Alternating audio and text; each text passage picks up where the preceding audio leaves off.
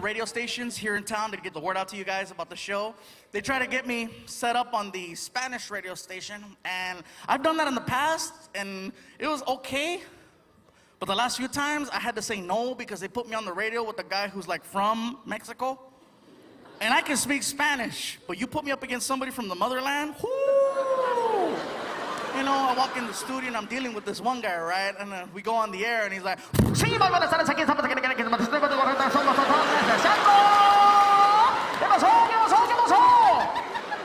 I meet that same guy in the hallway.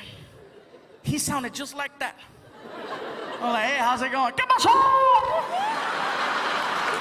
Are we on the air? No! Well, why are you talking like that? Porque sí! And I freaked out, because you imagine this guy goes home talking like that to his wife and his kids, come 2, 3 o'clock in the morning, his wife maybe wants to do a little something, and she tells her man, honey, tonight when the kids are sleeping, what are you going to do to me? ¿Qué me vas a hacer? Bueno, vamos a hacer, vamos a darnos al joto. Ya puedes hacerlo con los quitando los calzones para ver ahora ese culote. Sí, sí, sí, sí. Esta nalgada está presentado por Pepsi, sí.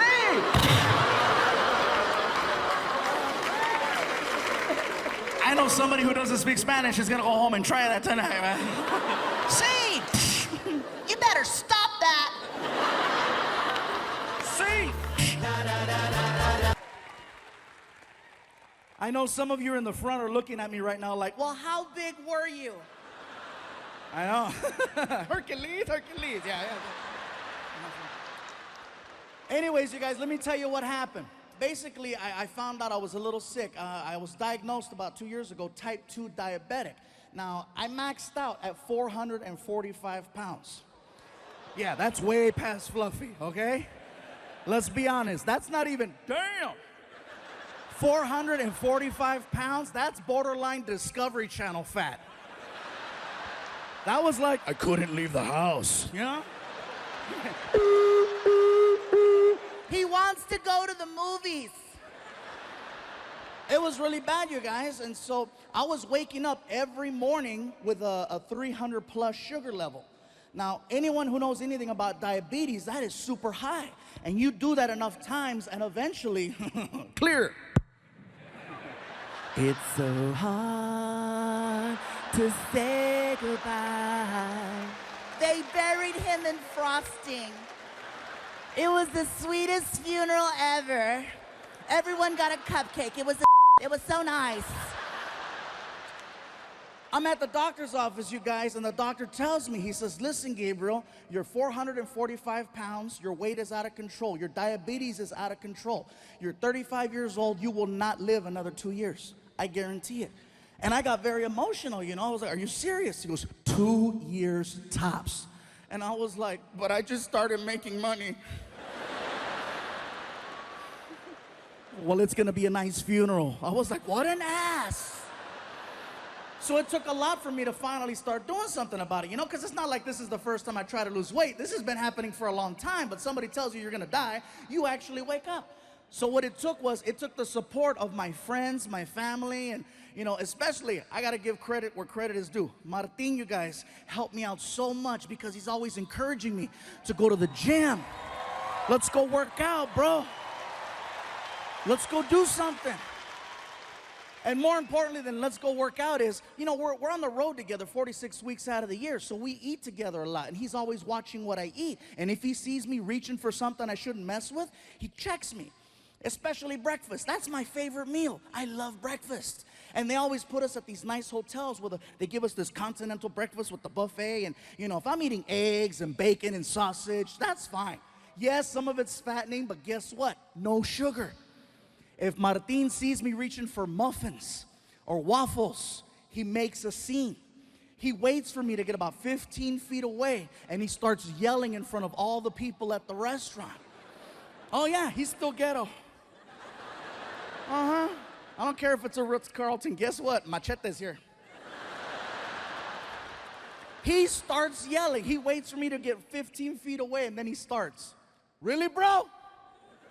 You're gonna put that in your mouth, Fluffy? You know what that's gonna do to your body? Hey, Have some self-respect. And he makes me cry at breakfast. I'm sad. I'm like, I don't want the muffin. I don't want it. I don't want the muffin. I'm not a little whore. I'm not a little whore.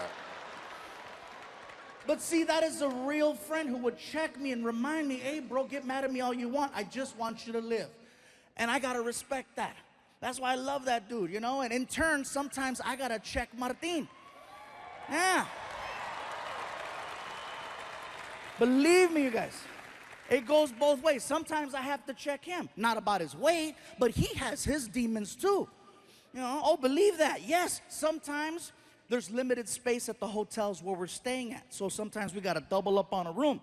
And every now and then, Martino brings some random girl to the room at 3 o'clock in the morning, wakes me up. I got to look at him and say, really, bro? You're going to put that in your mouth?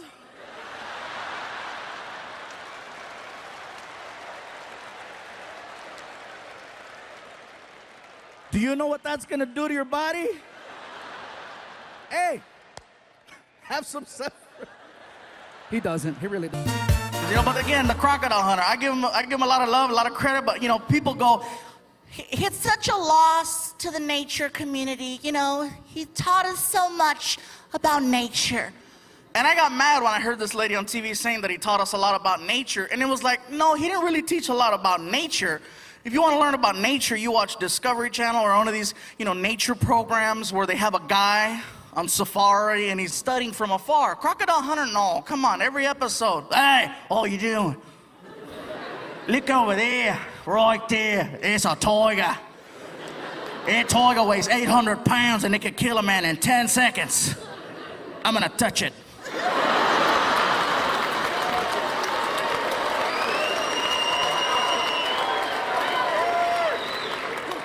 Oi, tiger! Oh, he's angry! He's angry! Next episode, hey, that's a king cobra, the most venomous snake in all the planet. One bite and I'm dead. I'm gonna pick it up. He's angry! If he really wanted people to think he was out there, man, America, we should have borrowed him and sent him to Iraq. With no gun, just a camera crew. Can you imagine how bad that would have freaked out the enemy? You're freaking a soldier working for Al Qaeda and you're out there,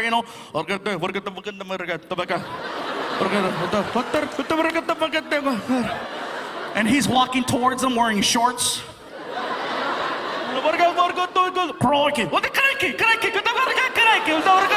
And he's walking up to him. Hey, look over there. It's an Al Qaeda member. An Iraqi soldier, one of the most dangerous creatures in all the planet. One push of a button and I'm gone. I'm gonna poke him with a stick. He's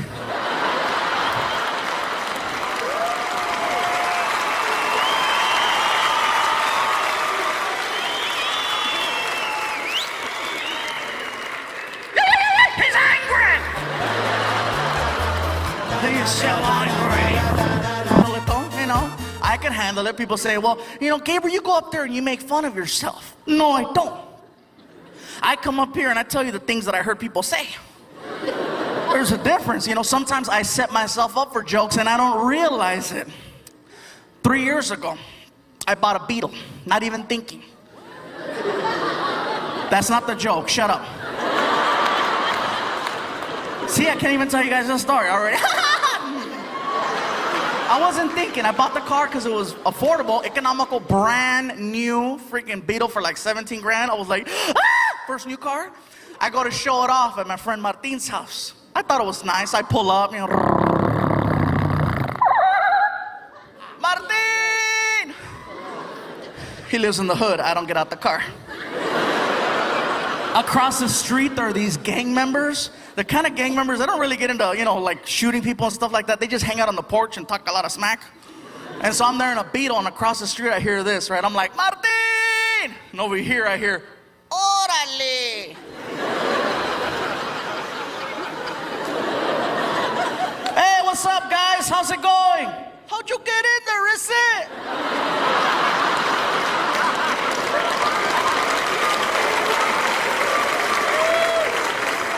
Hurry up, Martin!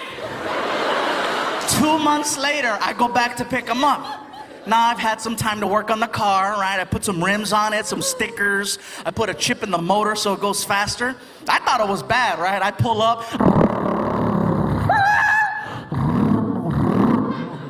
Martin! Órale! I'm not turning around. Hey! Hey! I don't see you. Hey! Oh! What? Check it out, hey! It's the Fat and the Furious!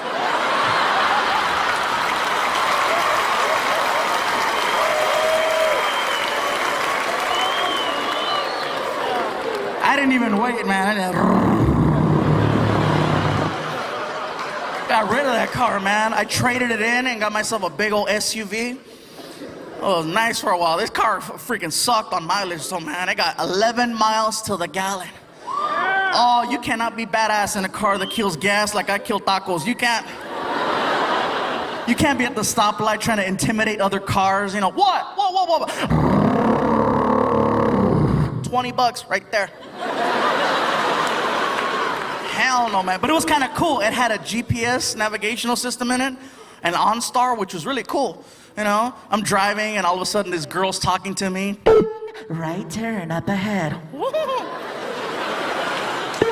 In 3/4 tenths of a mile, left turn. And I'm like, whatever you say, baby.